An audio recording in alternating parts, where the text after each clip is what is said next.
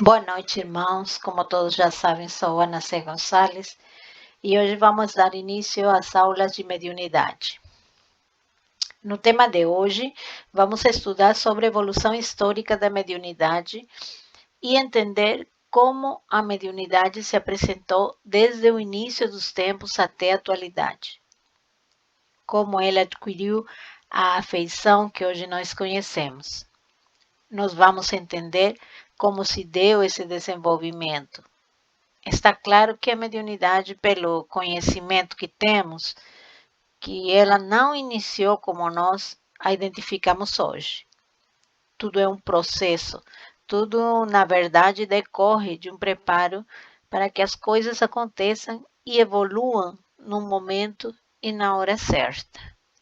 Então, a mediunidade, como se encontra hoje em função da doutrina espírita, ela veio após muito tempo. Vamos entender então como esse processo evolutivo da mediunidade se deu, né? Como que é essa história da evolução da mediunidade. Sendo a mediunidade uma faculdade inerente ao ser humano, a comunicação entre os planos da vida sempre foi conhecida desde tempos imemoriais. Portanto, a mediunidade não surgiu com a doutrina espírita. A doutrina espírita veio ensinar, explicar, clarear o nosso conhecimento acerca da mediunidade. Mas a comunicabilidade com o plano espiritual e esse intercâmbio que a mediunidade permite sempre existiu, desde Moisés, com a sua mediunidade de efeitos físicos, e que nós todos conhecemos, né? Através da Bíblia, e inclusive através de filmes, né? Tem aí um muito famoso que é os 10 Mandamentos. Na Bíblia são inúmeras mediunidades proféticas de presciências, entre outras. Então, sempre existiu, mas a mediunidade com o tempo foi se aprimorando e desenvolvendo. Os primeiros habitantes do planeta chamavam Deus a qualquer coisa que lhes escapava ao conhecimento, né? Tais como fenômenos da natureza e indivíduos com habilidades que os distinguiam dos demais. Como no passado a humanidade não tinha conhecimento para digerir aquilo que era divino, aquilo que era humano, aquilo que era decorrente das leis naturais ou aquilo que era sobrenatural. Tudo aquilo que lhes escapava ao conhecimento ou ao entendimento, eles consideravam a conta de deuses. Não? Por isso que no passado havia infinitos deuses, né? Como a gente sabe, Deus do sol, Deus da água, da lua, Deus dos fenômenos da natureza, etc. E também indivíduos com habilidades que os distinguiam dos demais, né? Os endeusavam por serem diferentes, por terem habilidades, capacidades diferentes, né? E que nada mais eram médios. Bom, na verdade, não entendiam a mediunidade, então parecia que eles tinham uma faculdade fora do normal e eram nomeados como deuses. Rendiam-lhe culto e ofereciam aos deuses sacrifícios humanos e de animais, assim como oferendas dos frutos da terra. Né? Esses cultos que eles ofereciam, esses sacrifícios de animais, assim como frutos da natureza, eles acreditavam que fazendo essas oferendas poderiam acalmar ou alegrar os deuses, para que houvesse em relação a esse povo, né, a eles, menos sofrimentos e menos dor, que nós sabemos que era e são ainda naturais, né? Esses processos de sofrimento e de dor. Só que nós agora já temos conhecimento disso, né? Para que serve o sofrimento e para que serve a dor? São nada mais que dádivas divinas, embora nem todo mundo o veja desse jeito, mas nós que somos espíritas e estudamos, sabemos que é através do sofrimento e da dor que muitas vezes e a maioria das vezes nós estamos crescendo, nós vamos evolucionando, né? Bom, mais estudos mais na frente vamos é, ver esses temas para podermos entendê-los melhor. Não? Então temos que eles entregavam essas oferendas intentando se favorecer, né? Tentando que os deuses fiquem contentes com eles para eles diminuírem supostamente a dor que eles davam através desses fenômenos naturais. E, bom, era o pensamento do homem daquela época, né? Entretanto, a mediunidade precisou se submeter a um processo lento e gradual de evolução, né? Essa história, cuja história acompanha a própria evolução do espírito. Porque se diz que a mediunidade precisou passar por esse processo de evolução acompanhando o espírito. Porque uma das coisas que nós precisamos saber e entender sobre a mediunidade é que ela, quanto mais desenvolvido e apropriado seja o nosso espírito e corpo para o intercâmbio mediúnico, mais a mediunidade se faz presente. Né? Quando estamos preparadinhos mesmo, em espírito e em corpo, a mediunidade se faz presente, a mediunidade flui, a mediunidade aflora. Né? Vocês têm notado que certo momento das suas vidas foi que se apresentaram mais intensos os sintomas, né? Independente de qualquer coisa. Isso também vamos mais na frente a gente vai estudar tudo isso que nós estamos iniciando e vamos comentando assim aos poucos para vocês poderem entender de certa maneira como tudo se conjuga, né? E possam ir entendendo o estudo desse tema agora. Né? O, um, o corpo tem que ser preparado, né? Porque a mediunidade, de fato, ela não decorre de querer ser ou não médium, né? O corpo perispírito vai sendo preparado antes de nós reencarnarmos para que a pessoa seja médium. O corpo físico molda um corpo físico apropriado à comunicação com o plano espiritual. Então, espíritos imperfeitos ocupam corpos menos aptos para as comunicações. Quanto mais vamos desenvolvendo as nossas precisões extrasensoriais, as nossas intuições, a nossa espiritualização vai acontecendo e esse canal que liga o homem encarnado ao desencarnado se amplia. Então imagine, nos primórdios da humanidade, o homem primitivo era realmente bruto, vamos dizer desse jeito. É claro que a mediunidade era menor e o próprio espírito não proporcionava ao corpo requisitos para que essa se fizesse plena. Por quê? Porque o homem dos primórdios, ele não tinha nenhum conhecimento, né? Como se diz, ele era zerado. Pouco a pouco, ele foi captando conhecimento através das existências. E assim como foi evoluindo, por isso que falamos que o espírito evolucionou de acordo a essa história toda que nós estamos vendo, que é a história da evolução da mediunidade. Eles foi evoluindo de acordo ao tempo, de acordo às existências, de acordo às épocas, né? Nós estamos aqui no início, que é o primórdio, né? O primitivo.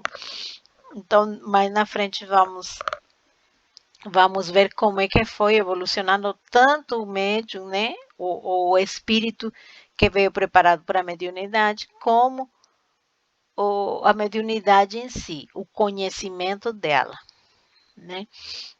Então, temos que esse desenvolvimento da mediunidade foi evolucionando e o próprio espírito também foi evoluindo. Assim, foi se oferecendo a condição apropriada para que a mediunidade seja praticada. Mas em obediência à lei do progresso e pelo exercício do livre-arbítrio, começou a entesourar conquistas nas sucessivas experiências reencarnatórias. Aprende a utilizar a energia espiritual da qual é dotado, extraindo elementos do fluido cósmico universal, a fim de elaborar e aperfeiçoar seus mecanismos de expressão e de comunicação entre si e com os habitantes do mundo espiritual. Aprende a refinar as ondas do pensamento, emitindo vibrações que atraem o pensamento e as ideias de espíritos semelhantes, encarnados ou desencarnados, por meio dos recursos da sintonia. Bom, com o progresso, né? E ao aprender o homem a utilizar o seu livre-arbítrio, ele começou a adquirir conhecimentos e atesourar conquistas nas experiências reencarnatórias. Conquistas essas que incorporam ao nosso espírito, né? Porque sabemos que tudo é arquivado no perispírito e essas experiências, essas conquistas terrenais, tudo isso que nós aprendemos, que nós vivenciamos, são arquivadas no nossa memória espiritual e são levadas. E tudo isso é o conhecimento intelectual, existencial, que o espírito vai assimilar, vai levar consigo para que nas seguintes experiências ele possa utilizar esse conhecimento, né? Ter essa oportunidade de, com a experiência, fazer melhor. Não? Então, quanto mais evoluído ele foi ficando, né? O espírito foi ficando, mais experiências reencarnatórias teve. Ele foi ficando apto para utilizar a sua energia espiritual. E aí, qual é o primeiro estágio do desenvolvimento da mediunidade? É a sintonia, né? A sintonia que através dessa sintonia a intuição,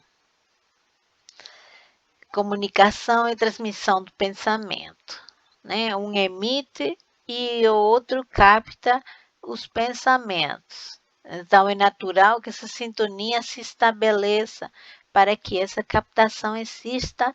A partir disso, as intuições e inspirações começaram a surgir, né? Então, tem que ter essa sintonia para que as intuições, inspirações comecem a surgir.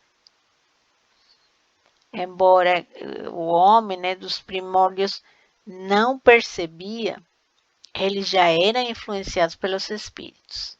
Havia aqueles que compreendiam melhor esse intercâmbio, né? Por isso se fala, como falamos no início, né, de pessoas que destacavam pela habilidade, pela capacidade que tinham de exercer a mediunidade, embora não sabiam, né? Embora de uma maneira incipiente, porque não havia conhecimento necessário e nem era, né, o conhecimento que nós temos hoje da mediunidade, mas já era exercida, né? Então, assim, inicia-se o processo da civilização propriamente dito, que tem a missão de mudar o planeta. O processo evolutivo não foi propriamente executado exclusivamente pelo indivíduo. Sempre esteve secundado pelas inteligências superiores, permitindo que o corpo espiritual, ou perispírito, se aperfeiçoasse também e, como resultado, produzisse um veículo físico apto a alçar voos mais altos. Tudo aconteceu com amparo e permissão da espiritualidade superior, como é sempre, né? Até sempre foi. É, tudo tem que ser permitido pela espiritualidade e com uma finalidade nobre, né? Nada é por acaso e nada é sem uma finalidade. Então, esse processo de civilização era necessário para que o homem aprenda a desenvolver seu intelecto, melhor utilizar seu livre-arbítrio e, com isso, evolucionar seu corpo perispiritual e assim consiga moldar um corpo físico apropriado e mais apto ao intercâmbio mediúnico. Por meio da sintonia, então, emite vibrações que atraem o pensamento e as ideias dos espíritos semelhantes, encarnados ou desencarnados. Não?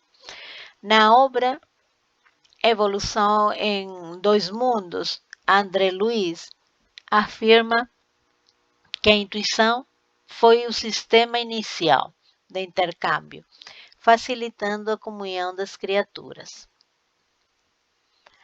Afirma também que a produção do pensamento contínuo pelo espírito que caracteriza a emissão mental do ser humano habilitou o perispírito a desprender-se parcialmente nos momentos do sono reparador. Então, se estabelece que a sintonia, né? Se estabelece a sintonia e a partir dela começa a haver a troca de pensamento, emissão e absorção. E aí a intuição começa a surgir. A primeira forma de captarmos os espíritos desencarnados foi a intuição. E também aquelas pessoas, aqueles espíritos que reencarnam e que não têm a faculdade mais ostensiva da mediunidade, mas que tem, porque todos a temos, eles também têm a intuição, né? Que seria o menor grau, como nós estamos apreciando aqui, que no início foi se dada a intuição, né? Foi se dando através do conhecimento, da evolução, né, que a humanidade foi crescendo intelectualmente, foi preparando o perispírito, alimentando, e depois foi moldando o corpo físico em relação a essa intelectualidade, e aí surge já a capacidade de poder estabelecer essa sintonia mental para poder se comunicar com a espiritualidade. Bom, você entende também que pode ser essa comunicabilidade também pode se estabelecer com encarnado e desencarnado, mas estamos falando do fato de da gente ou das pessoas daquela época se comunicarem com a espiritualidade para que a espiritualidade consiga estabelecer essa comunicação, transmitindo informação, orientação para eles se desenvolver ainda melhor na prática, tá? Então, o ser espiritual se convence, né, que a mente é orientadora das necessidades evolutivas. Ao emitir projeções, envolve a pessoa em um campo energético ou carapaça vibratória ou aura, né? Mais conhecida como aura. O pensamento, força criativa, envolve as mentes dentro de seu raio de ação mas também pelos mecanismos da reciprocidade é influenciada por espíritos encarnados ou desencarnados superiores e inferiores. Então, por meio de árduos esforços, o ser espiritual convence-se de que a mente é a orientadora das necessidades evolutivas que, ao emitir projeções, envolve a pessoa em um campo energético, espécie de carapaça vibratória, usualmente denominada. Então, é assim que passa a suprir essas necessidades evolutivas para que a mente seja preparada, né? Tudo está na mente. A mente é a orientadora das necessidades evolutivas. Os pensamentos nobres, os pensamentos inferiores.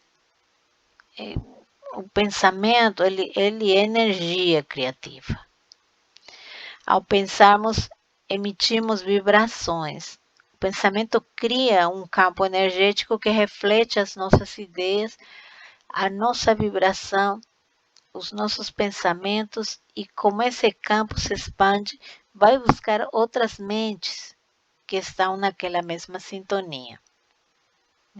Então, eu emito uma vibração, algum espírito mentalmente capta aquelas minhas energias e perceba como, ao mesmo tempo que eu influencio também, estou sendo influenciada. Porque a minha mente também vai captar as vibrações e os pensamentos que estão sendo emitidos por outros espíritos, sejam encarnados ou desencarnados. Não devemos pensar que a mediunidade é só percepção de pensamentos de desencarnados, tá? Eu acho que a maioria deve estar pensando isso, né? Por isso, tem muito médium por aí que disse assim, me sinto incomodado, pois consigo saber o que outras pessoas estão sentindo. E isso é porque se trata de um médium, né? É uma antena, capta pensamentos, né? Os pensamentos dos espíritos e não necessariamente vão ser desencarnados, né? Porque nós encarnados também somos espíritos. Então, o fato de estarmos encarnados não é um obstáculo para que o médium perceba o interior de nós, não? É dessa reciprocidade que fala a doutrina espírita, né? Nós podemos nos comunicar, nós podemos estabelecer comunicação até com os encarnados, né? Então, agora vamos ver uma síntese da história da evolução da mediunidade. E vamos iniciar pela mediunidade primitiva. A intuição é a mediunidade inicial. O médium é idólatra, adora ou teme as forças da natureza, nomeadas como deuses: sol, céu, lua, estrela, chuva, árvore, rios, fogo, ser humano que se destaca na comunidade. Por aí vai, né?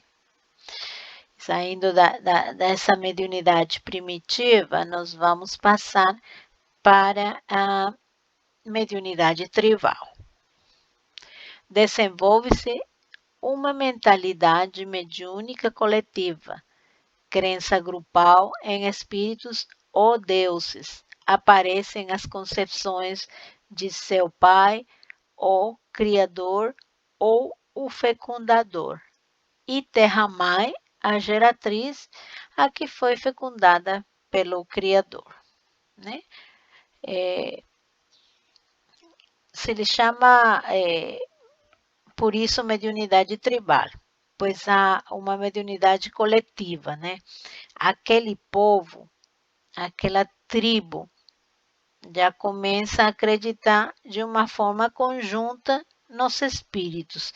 Já é um pensamento coletivo que envolve o pensamento referente ao desenvolvimento da mediunidade, né? Ao eles ter essa concepção de seu pai, o Criador, o fecundador, e a Terra-mãe, a geratriz que foi fecundada pelo Criador, né? Já se crê em algo que não se vê, mas em algo único, que foi o que gerou a Terra, né? Já tem esse pensamento coletivo, né? E por aí já vai tendo um desenvolvimento melhor. Agora passamos ao fetichismo. Forma mais aprimorada do mediunismo tribal apresentando forte colorido anímico pelo culto aos fetiches ou objetos materiais que representam a divindade ou os espíritos. Surge a figura do curandeiro ou feiticeiro, altamente respeitada e reverenciada, amada e temida pelos demais membros da tribo ou clã. Em algum momento, essas práticas se desdobraram em outras conhecidas atualmente como voodoo ou magia negra, né? Então, veja que no fetichismo se considera que apresenta um forte colorido anímico, devido a que o curandeiro, o feiticeiro, exercia a mediunidade, mas com o próprio animismo. Bom, e que seria o animismo, né? Bom, anímico é tudo aquilo que decorre da alma da pessoa, do próprio médium, né? Algo do médium. Todas as situações que o médium interfere expõem algo que é seu. Num processo de comunicação mediúnica se chamará animismo, né? Toda vez que ele ponha a sua contribuição do interno, do íntimo dele, vai ser chamado de animismo. Ou seja, animismo é algo que vem do próprio médium, que se origina do médium, ok? E nos próximos estudos nós vamos também ver o que é o animismo com mais detalhe, tá? Bom, aí foi seguindo, né? Evolucionando, avançando, aí nós encontramos a mediunidade mitológica, que a prática mediúnica caracteriza-se pela presença dos mitos, simbolismo narrativo da criação do universo e dos seres, e pela magia, práticas mediúnicas e anímicas de forte conotação ritualística, né?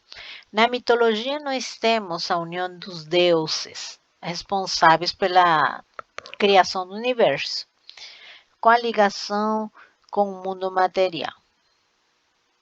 Como esses deuses tivessem contato com o mundo material, e nós sabemos que eles estão, mas não são deuses, não? Mas naquela época eram vistos como tal, né?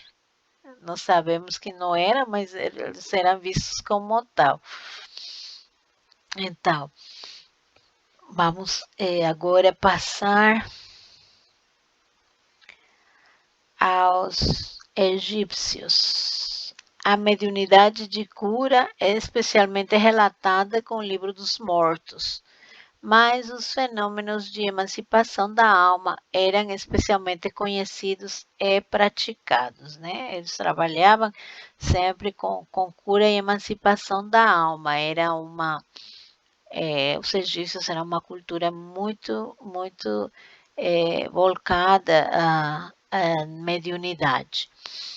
Então, temos também os hindus. Em os Vedas encontra-se descrita todas as etapas da iniciação mediúnica e do intercâmbio com os espíritos. Os hindus se revelam como mestres no domínio das práticas anímicas, tais como o faquirismo e o desdobramento espiritual, né? Agora temos o mediunismo oracular. É o mediunismo que aparece no período da história humana considerado um início da politeísta e religioso. Os oráculos constituem o cerne de toda atividade humana. Nada se faz sem consultá-los. A Grécia torna-se o centro da mediunidade oracular,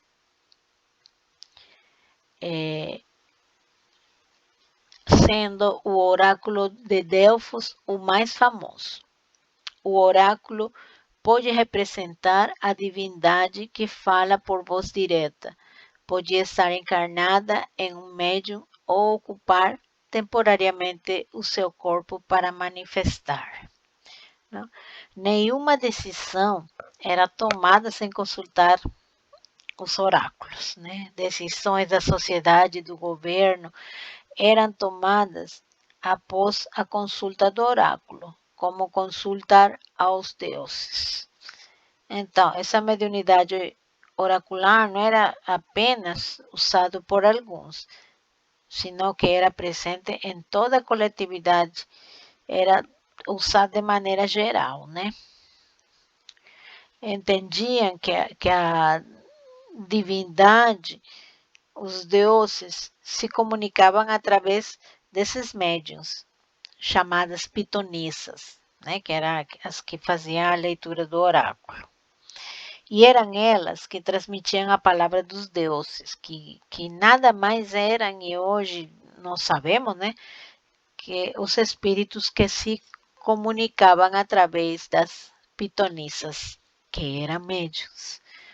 Os oráculos não davam respostas prontas, pois desde sempre, e isso nós temos, nos médiuns e nos espíritas, temos sempre presente, né? Que a espiritualidade não resolve problemas, nem faz adivinhações. É o homem quem deve assumir a responsabilidade e sim, com as orientações da espiritualidade, resolver com maior facilidade ou entender com maior facilidade o que acontece com ele e como pode solucionar esse problema ou prova que esteja passando, né? Isso tem que ter sempre claro, sobretudo quando a gente trabalha, é um trabalhador espiritual e recebe pessoas com muitos problemas, que isso aí nós vemos no centro espírita, sempre pessoas procurando ajuda, né? Mas tem umas que fazem confusão com o que é atendimento, elas vão para pedir coisas, elas vão pretendendo até o impossível, né? Ou até aquilo que vai dobrar o livre-arbítrio de outras pessoas. E isso não. E mesmo também a espiritualidade não trabalha falando futuro, jamais. Por quê? Porque o encarnado tem a mania de querer mudar, de modificar. Aí ele sai da sua programação existencial. Ele tem mania de querer pular as provas, né, as expiações. Então, por isso que a espiritualidade, ela só vai falar em casos excepcionais, de tal ou qual coisa que possa acontecer a alguém. Mas sempre com uma finalidade. Se não tiver finalidade, não vai ser falado, não é permitido, né? Então temos agora os judeus. A mediunidade é natural, revela-se exuberante e apresenta uma significativa variedade de fenômenos, os de efeitos físicos e os de efeitos inteligentes. O profetismo é o tipo de mediunismo que mais se destaca e que marca o surgimento da primeira religião relevada, o judaísmo. Nesse cenário surge a figura notável de Moisés, médium de vários e poderosos recursos, e quem Deus concedeu a missão de trazer ao mundo o decálogo ou os 10 mandamentos da lei divina. Moisés e os mandamentos, a primeira revelação, né? Moisés, a primeira revelação. A segunda foi Jesus e a terceira é a doutrina espírita, né? Então, temos agora o Pentecostes, né? No Novo Testamento, os apóstolos e discípulos de Jesus demonstram maior entendimento da mediunidade que, manifestada aos borbotões, é utilizada para auxiliar o próximo. O dia de Pentecostes é caracterizado por ser o maior feito mediúnico conhecido até então, Atos dos Apóstolos 2, 1 e 13. Né? E vemos na imagem a simbologia dos apóstolos e as famosas línguas de fogo. Né? Na verdade, os apóstolos começaram a evangelizar no Pentecostes, né? Começaram a evangelizar em vários idiomas, como se línguas de fogo caíssem sobre eles. Bom, nós sabemos hoje que essas línguas de fogo eram espíritos presentes que materializaram algumas partes deles, do seu suposto corpo, que assemelhavam línguas de fogo. O destacado desse fato é que os apóstolos utilizaram a mediunidade chamada xenoglossia, ou políglota, mediunidade políglota, né? Para falar em idiomas que eles não conheciam, o que caracteriza um fenômeno mediúnico, né? E para quem teve alguma vez oportunidade de receber na mesa como adotrinador algum espírito, nós vemos essa xenoglossia nos médiuns. Eu já tive essa oportunidade de escutar falar em outras línguas alguém que não a fala, né? Já vi falando em italiano, em inglês, em outras línguas, e no próprio espanhol, né? Porque no Brasil o idioma é o português. Então, um médium que não tem conhecimento de outros idiomas e que de repente incorpora numa mesa de trabalho e se comunica nesse idioma com fluência, esse médium tem a mediunidade de xenoglossia ou políglota, né? Bom, no caso não seria políglota, seria somente xenoglossia, porque políglota é quem fala, acho que é mais de 3 idiomas, aí já passa a ser políglota, né? Então, para falar esses idiomas que eles não conheciam, só nos deixa a pensar, para nós que já temos um conhecimento mais avançado, né, nesses tempos agora, que era realmente espíritos que se materializaram e que estavam presentes e que os apóstolos mediunizaram eles. Então, né, foi realmente um fenômeno mediúnico. Agora nós temos a Inquisição. Na Idade Média, a mediunidade é perseguida pela ignorância e fanatismo, e os médiuns são submetidos a suplícios, condenados a morrer, queimados nas fogueiras, pois as decisões inquisitoriais consideravam as manifestações dos espíritos ação de forças diabólicas. O martírio, a que inúmeros médiuns foram submetidos, principalmente por efeito da ignorância, prossegue ainda nos primeiros dias do Espiritismo. Né? Esse martírio, essa crítica, ainda existe em consequência da falta de conhecimento, né, sobre os fenômenos mediúnicos. Mesmo até dentro da doutrina ainda se confunde. Ainda essa mania inquisidora não acabou.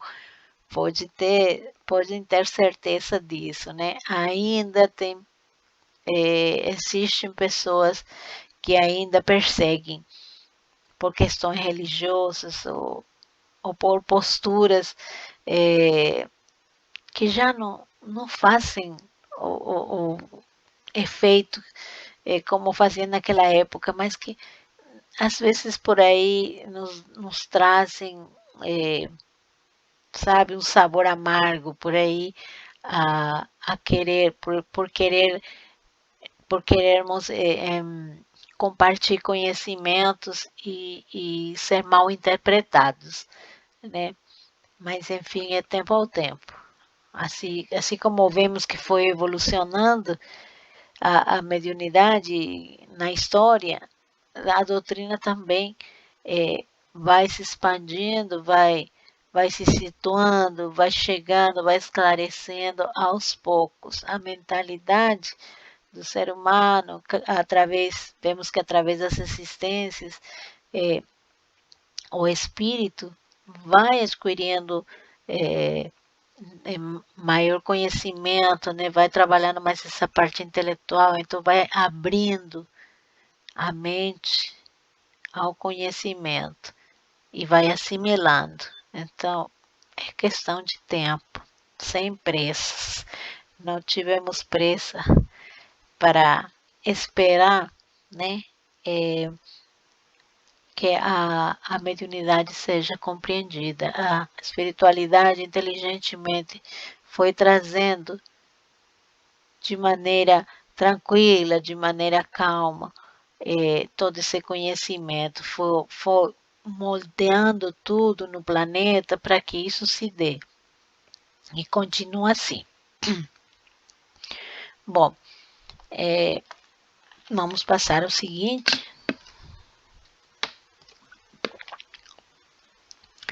A história registra o auto de fé em Barcelona, no qual 300 volumes de brochuras espíritas foram queimados por ordem do bispo da província. Em 9 de outubro de 1861, na tentativa infrutífera de destruir a nova doutrina que surgia, cuja origem e natureza ainda não eram compreendidas. Lembrando que o Livro dos Espíritos ele fora publicado em 18 de abril de 1857. Então foi incluído, né? Foi incluído nessa tentativa de destruir a doutrina, não? E bom, hoje sabemos que esse fato não conseguiu a destruição da doutrina, pelo contrário, surgiu curiosidade de saber o porquê foram queimadas essas brochuras, ajudando assim a que a doutrina se espalhasse mais, né? O efeito foi o contrário. Esse fato aí nós podemos ver no filme Allan Kardec. Não, na verdade, o filme chama-se Kardec, né? Quem não assistiu, eu recomendo assistir. Parece que tem no Netflix, ok? Temos aqui uma reflexão final, que diz assim: lembrai-vos de que se Deus permite alguns de vós receber o sopro de seus filhos, que por sua conduta souberam merecer a ventura de compreender sua infinita bondade, é porque deseja, entendendo as nossas solicitações e tendo em conta as vossas intenções, conceder-vos os meios de avançar nesse caminho. Assim, pois, médiuns, aproveitai essa faculdade que Deus vos concedeu. Tende fé. na mansidão de nosso Mestre. Ponde a caridade sempre em ação. É esse um meio certo de centuplicar vossa felicidade nessa vida passageira e de vos preparar uma existência 1000 vezes mais suave, né? E nessa reflexão,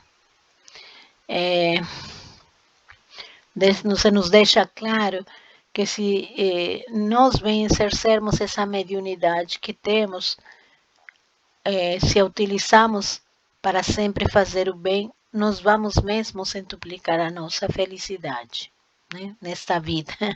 Quem de nós não quer centuplicar a nossa felicidade? Portanto, vamos todos exercer uma mediunidade séria, de forma equilibrada, para que nós possamos cumprir com nosso compromisso adquirido antes de reencarnar, né? E aqui também nos disse, como intérpretes do ensino dos espíritos, os médiuns devem desempenhar importante papel na transformação moral que se opera. Os serviços que podem prestar guardam proporção com a boa diretriz que imprimam as suas faculdades, porque os que se enveredam por mau caminho são mais nocivos dos que úteis à causa do Espiritismo. Allan Kardec, o Evangelho segundo o Espiritismo, capítulo 23, item 9. Aqui nós temos uma oração de José Silvério Horta, que diz assim: Pai nosso que estás nos céus, na luz dos sóis infinitos, Pai de todos os aflitos deste mundo de escarcéus, santificado, Senhor, seja o teu nome sublime, que em todo o universo exprime concórdia, ternura e amor. Venha ao nosso coração o teu reino, de bondade, de paz e de claridade, na estrada da redenção. Cumpra-se o teu mandamento, que não vacila e nem erra, nos céus como em toda a terra, de luta e de sofrimento. Evita-nos todo o mal, dá-nos o pão no caminho, feito na luz, no caminho do pão espiritual. Perdoa-nos, meu Senhor, os débitos tenebrosos, de passados escabrosos, de iniquidades e de dor. Auxilia-nos também nos sentimentos cristãos, a amar nossos irmãos que vivem longe do bem, com a proteção de Jesus. Livra nossa alma do erro, sobre o mundo de desterro, distante da vossa luz. Que nosso ideal e igreja seja altar da caridade, onde se faça a vontade do vosso amor. Assim seja. Bom, aqui temos as referências, né? Quem quiser aprofundar mais no tema, tem aqui a referência dos livros para que possa se informar melhor. Bom, eu agradeço a atenção e vamos passar então a qualquer pergunta ou qualquer participação de algum de vocês, para podermos esclarecer qualquer dúvida. Obrigada.